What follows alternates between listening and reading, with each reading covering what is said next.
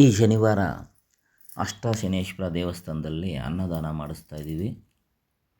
ನೋಡಿದ್ರಲ್ಲ, ನಮ್ಮ ಮುನ್ರೆಡ್ಡಿ ಮಾದೇಶು ಕುಂದವ್ರೆ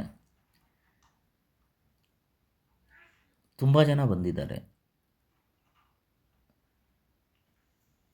ಅಷ್ಟಶನೇಶ್ವರ ಬ್ಯಾನರ್ ನೋಡಿದ್ರಲ್ಲ, ಇಂಗ್ಲೀಷು, ತಮಿಳು, ಕನ್ನಡ, ತೆಲುಗಲ್ಲೇ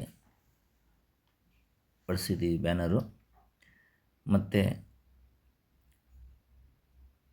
ದೇವಸ್ಥಾನ ಹತ್ರ ಭಕ್ತರು ಬಂದವರೆ.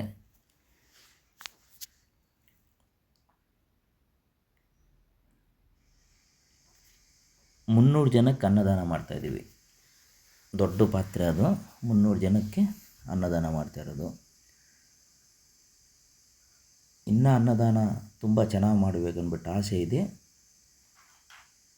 ಮಾಡ್ತೀವಿ.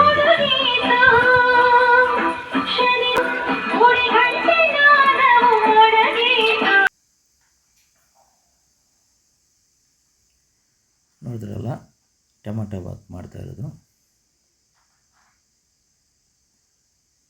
ಚಿಕ್ಕ ಹುಡುಗರು ಬಂದವ್ರೆ. ಯಾರೇ ಬಂದ್ರೇನೋ ಅನ್ನದಾನ ಮಾಡ್ತಾಯಿದ್ದೀವಿ.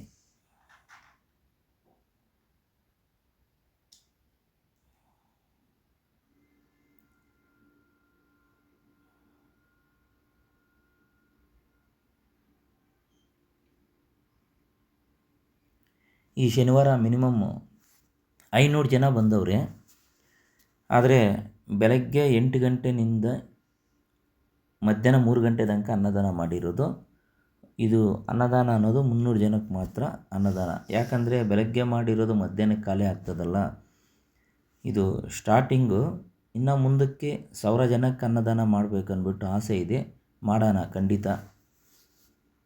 ಯಾಕಂದರೆ ಇಲ್ಲಿ ಈ ದಿನ ನೀರುಗಾನಿ ಇಲ್ಲ. ನೀರು ತೊಗೊಂಡ್ಬಂದು ಅಡುಗೆ ಮಾಡಿ ಅನ್ನದಾನ ಮಾಡ್ತಾಯಿರೋದು. ತುಂಬ ಕಷ್ಟ ಇದೆ. ಯಾಕಂದರೆ ಏನೋ ಪೈಪು ರಿಪೇರ್ ಆಗೈತೆ ಅಂತೆ, ಅದಕ್ಕೆ ನೀರಿಲ್ಲ.